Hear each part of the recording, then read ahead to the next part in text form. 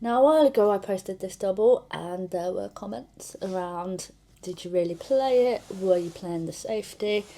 And actually, as I posted the shot in isolation, that's a pretty reasonable assumption has come to it. It's not unfair at all. But I did play the double, so I'm just going to elaborate a bit more on that shot choice and the shot choices that followed in this mini clearance, because I've spoken previously about the need to effectively manage your emotional responses, but that can be an incredibly difficult thing to do, especially under pressure. So I'm going to talk a bit through what I was thinking here, and when I look back on it, the positives of that thought process as well as the negatives. Now, first thing to note here about the shot selection is that it is massively influenced by the match clock. There's less than 3 minutes to go. I'm 3-1 down, so I really need to kind of push the situation in this scenario. And for me, and I mean, this one's personal preference of how you would play the snooker, but I would probably just tap this yellow on and off the rail if I was playing a snooker, which I would think I would do if I wasn't under match clock pressure.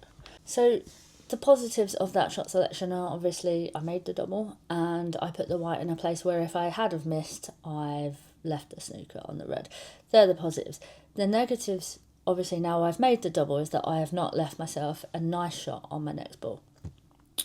But I do have a shot, which is a positive to start with.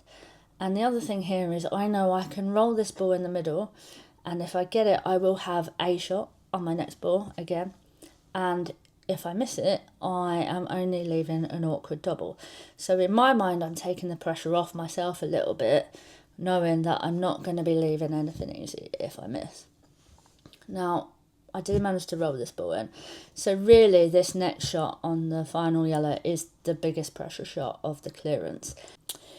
So final yellow, biggest pressure shot of the clearance. And I've spoken previously about how 15-second shot clock is nonsense, which it is. But actually, this is one of the scenarios where it works to your advantage, because you haven't got a choice of what shot to play. You've got to pot the yellow and that's it. So you don't have time here to think about what if I miss. You're thinking, right, I'm going to walk around the table and I've got to pop this ball. That's it. Final shot then, easy 8 in the middle. And sometimes when you've taken out a few decent balls and you leave yourself an easy last ball, you're just feeling relieved and you think, happy days, I've done it. And at other times, the first thought that comes into my head will be, right, you've come this far, do not mess it up now. And in those situations, you just block it out. Can I pot this ball? Yes, I can. And just do it.